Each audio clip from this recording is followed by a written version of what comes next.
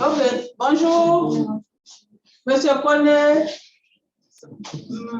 Madame Kofi, vous tous qui êtes en ligne, bonjour.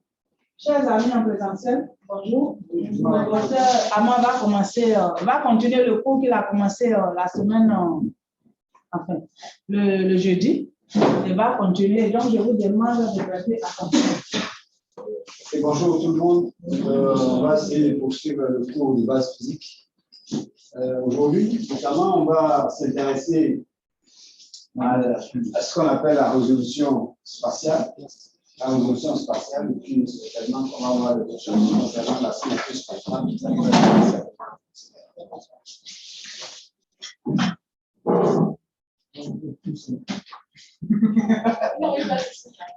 Alors, en première réflexion, lorsqu'on lance un satellite, on cherche, alors avant le lancement, avant la conception d'ailleurs, on se fixe des objectifs. Quelle est la mission qui est assignée à ce satellite? Pour cela, on va définir deux paramètres assez importants.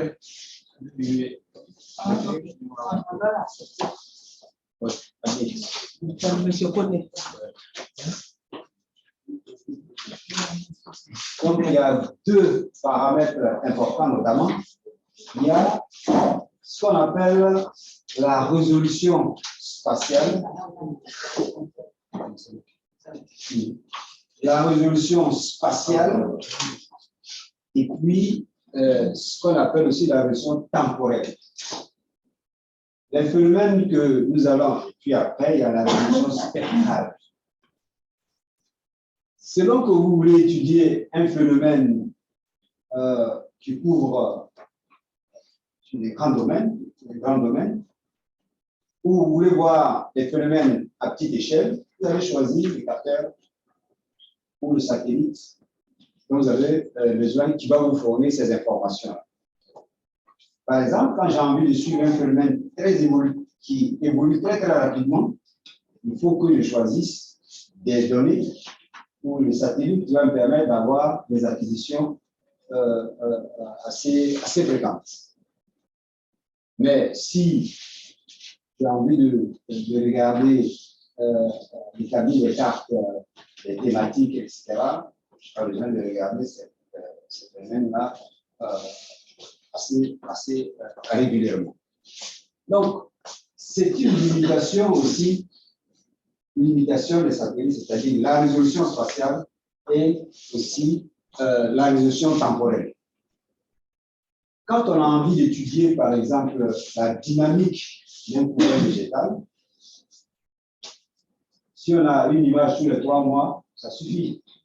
Mais si on veut suivre la dynamique des nuages, l'évolution du système convectif dans l'atmosphère, là, il est important de faire des observations assez fréquentes. Parce que ce sont des phénomènes qui évoluent très vite. Si vous prenez une convection, ça peut se dérouler depuis l'après-midi. Et puis, vous allez avoir des intempéries vers 18 h. Donc, c'est des phénomènes qui évoluent très très vite. Donc, la résolution spatiale, on verra avec des schémas, pour voir comment est-ce que la résolution spatiale est importante et la résolution temporelle également. Alors, il y a des je pense que ça vous dérange pas. Donc, ce sont des facteurs limitants. Ce sont des facteurs, soit sur le curseur.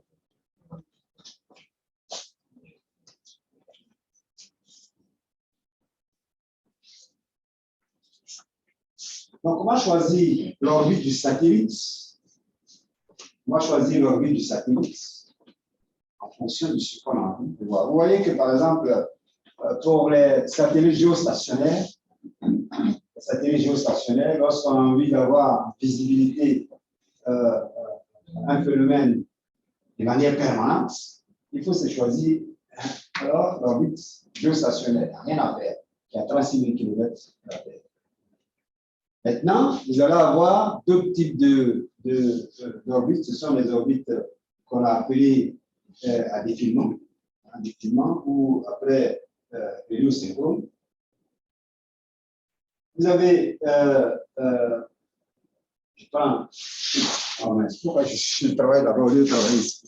Je suis habitué. Ouais, ça, c'est ce qu'on appelle les traces.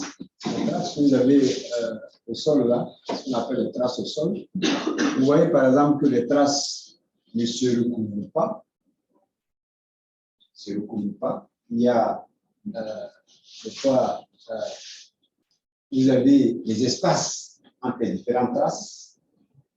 Donc, pour que le satellite repasse sur la même trace pour un certain temps, c'est ce qu'on appelle la résolution temporelle.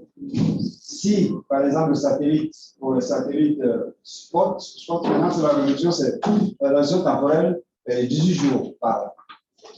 Alors, si le satellite doit repasser sur la même trace, il faut, en mode.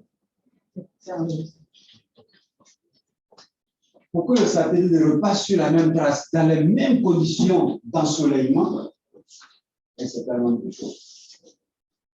Il y avait Landsat a défini sa résolution temporelle, Spot a défini sa résolution temporelle, et puis les autres aussi satellites. Donc, si le satellite passe sur Abidjan à 9h30, pour qu'on puisse comparer les images dans les mêmes conditions, au bout d'un certain nombre de sites, il repasse sur la même trace dans les mêmes conditions d'ensoleillement. Là, on peut comparer une image prise aujourd'hui et une image qui sera prise dans 21 jours. Parce que les conditions d'ensoleillement peuvent modifier l'image. Donc, c'est une certaine périodicité. C'est ce qu'on appelle la résolution temporelle, c'est-à-dire le temps mis par le satellite pour repasser sur la même trace. D'accord? Donc ici, vous avez ça peut marcher. Vous avez la Terre qui est en rouge là, le pôle nord, pôle sud. Vous avez l'équateur. Et vous avez ce qui est en bleu, c'est l'orbite. C'est un satellite notamment héliosynchrone, c'est-à-dire satellite à équilibre. Ce qui est en vert, c'est le plan équatorial. Les satellites géostationnaires sont placés dans le plan équatorial. C'est-à-dire, vous avez l'équateur, et si vous tracez un autre cercle qui a 36 km sur la Terre, alors c'est ça. On verra d'ailleurs ces orbites là tout à l'heure. Donc, ce qui est en bleu, vous avez ce qu'on appelle les endroits où l'orbite du satellite croise l'équateur. Il y a un nœud qu'on appelle le nœud ascendant, et puis vous avez le nœud descendant. Bon, je pense qu'en ornithographie, vous allez faire une petite ornithographie, non, je pense. Oui. Comment on le prend? Madame Conan. Madame Conan, vous m'entendez? Oui, moi je ne vois sur mon écran que base physique et mathématique de la télédétection. Je ne vois pas les autres images. Ok. Non, non. Ok. Ça va passer, c'était. Ok, merci. On va voir ça. Merci.